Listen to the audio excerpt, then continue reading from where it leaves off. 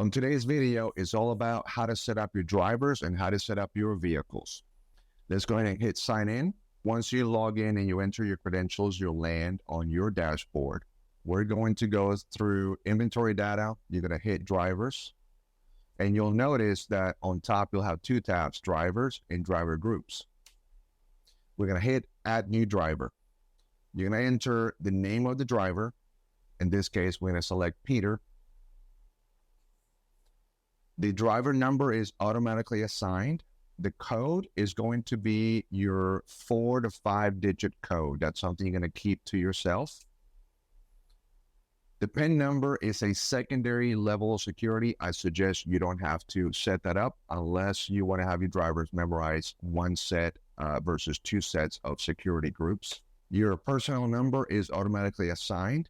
And then this is where you're going to get that specific driver assigned to a specific group, if that's what you want to do. We're going to click save, and that's how you enter a driver. We're going to do the same thing now for vehicles. Again, same thing on top. You're going to have a vehicle and a vehicle group tab. But what we're going to do right now is just select add new vehicle. The name, let's just pick something random, a Ford F, say 350, color red. You're going to put the code of the vehicle. Again, same thing as a driver, up to 4 to 5 digits. A vehicle VIN number is something that you can put on there just for further, organization.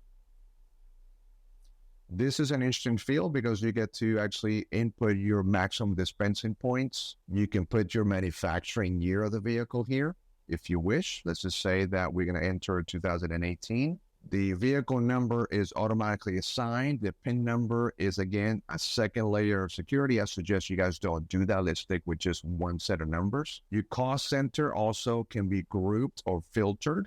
This is something you can add on here and further expand on. And your, total amount as far as, delivery points. Your input range is how far these vehicles can go before the next refueling. And that's how you set up your drivers and your vehicles under MyTecalemit.